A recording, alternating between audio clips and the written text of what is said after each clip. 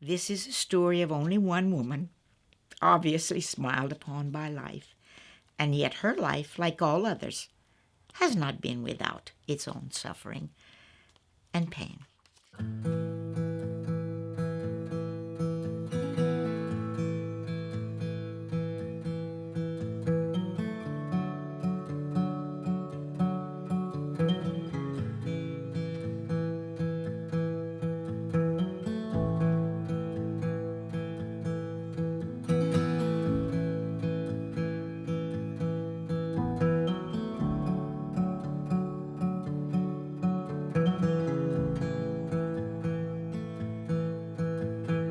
It shows the seasons. This thing is going to be bare and really scraggly in another month.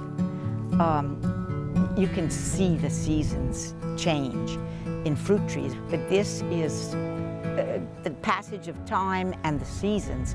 It's very obvious in a fig tree.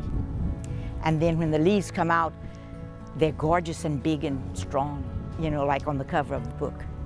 It's a good leaf. I'm so honored to be able to share my writings with you, a larger audience. These were specifically written with my grandchildren in mind, my children. I love writing. I majored in English. I taught English. So I have, through the years, continued to write.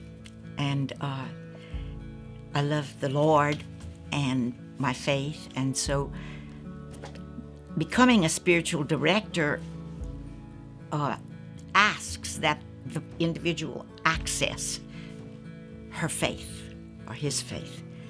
And some of this is that. It's speaking of my faith and my spiritual growth through studying and studying scripture and writing about it. That's how we trained. And so much of this, or some of it at least, was done for that reason. Putting together the book was wonderful, like a gift, because it wouldn't have happened without my granddaughter Jordan, and the cover is my granddaughter Emily's artwork. It's so wonderful to see your children and your grandchildren mature and develop and be able to access these things and make available to somebody like me who would have no idea how to proceed.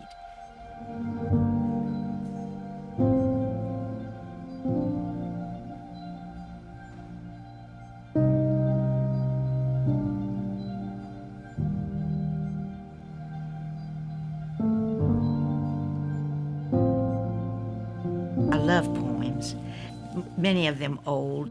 My father quoted the poem from Longfellow, A Psalm of Life, all the time. Tell me not in mournful numbers, life is but an empty dream, for the soul is dead that slumbers, and life is not what it seems. Life is real, life is earnest, and the grave is not its goal. Dust thou art, to dust returneth, was not spoken of a soul. I became a spiritual director through a program at Grand Coteau, and it was over a period of 3 years. And we were given assignments for meditations to teach us to go into deeper prayer.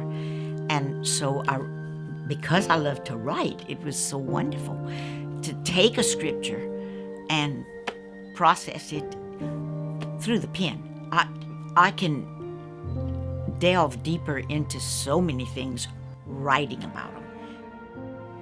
We are indeed privileged to have access through this community of God and the means to assist one another as we journey through life.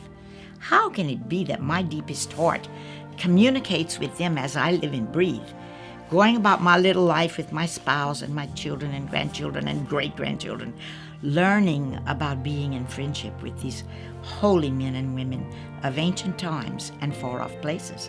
How is it that I can gain strength from their thoughts and prayers, from their tremendous love for our Redeemer?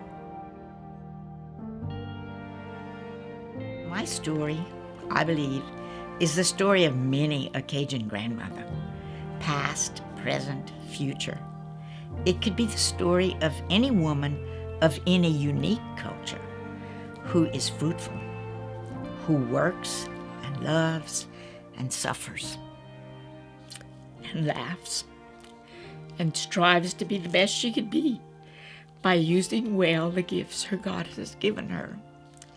No matter their race, creed, or color, women, all women, are connected. We are blessed with the same red blood.